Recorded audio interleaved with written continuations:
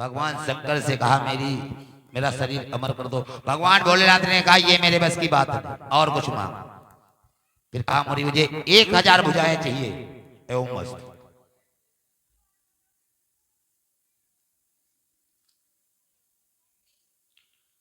अब कल्पना करें हम आप सभी, जिसकी 2 भुजाएं होती हैं वो क्या करता है, और मास्टर साहब जिसकी 1000 भुजाएं भगवान शंकर की दी हुई होगी वो क्या करता रहा होगा। उन सहस भुजाओं के बल पर सारा संसार हिला डाला, सारा संसार।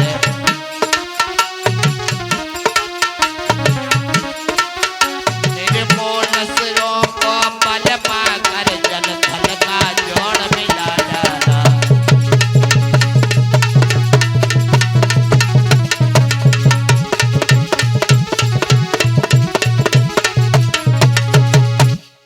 उन 1000 भुजाओं के बल पर सारे संसार को बाणासुर ने हिला के रख दिया। निर्मूल सुरों को बल प्रदान करके जलथल को जोड़ मिला दिया। जब कोई नहीं बचा तो जंगल में के पेड़ उखाड़ना प्रारंभ कर दिया, शेर और हाथियों को पछाड़ना प्रारंभ कर दिया। फिर भी बल की खुजली नहीं मिटी तो जगह जगह पर रगड़ने लगा, बड़े बड़े पत्थर को धूल बना के फेंक देता। जब कुछ नहीं बचा तो बाणासुर भगवान शंकर के पास गया, कहा प्रभु शंकर जी से जाकर बोला, प्रभु कोई योद्धा बतलाओ, फिर कोई योद्धा।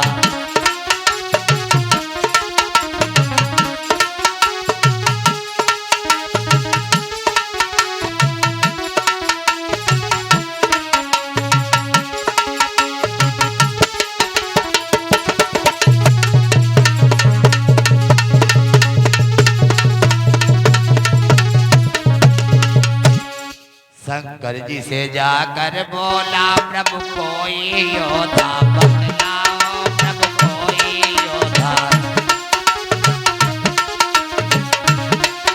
मेरी इन साहस भुजाओं की हे भगवान खुजली मिलवाओ।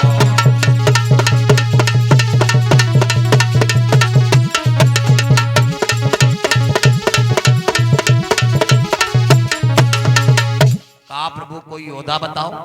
1000 भुजाओं की खुजलाहट नहीं मिट रही।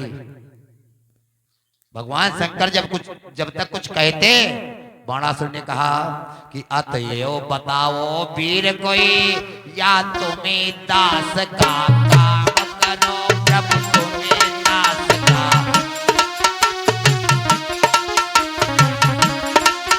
तुमने ही बल से डाला है तो आज आप संग्राम करो।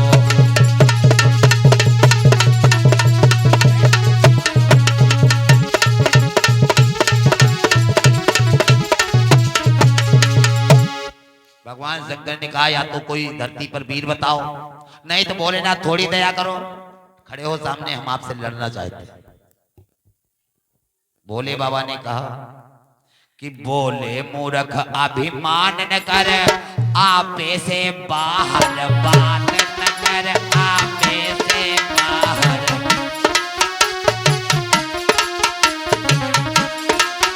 जिसके शक्ति से पढ़ा पापी, उस पर तू ये आघात कर।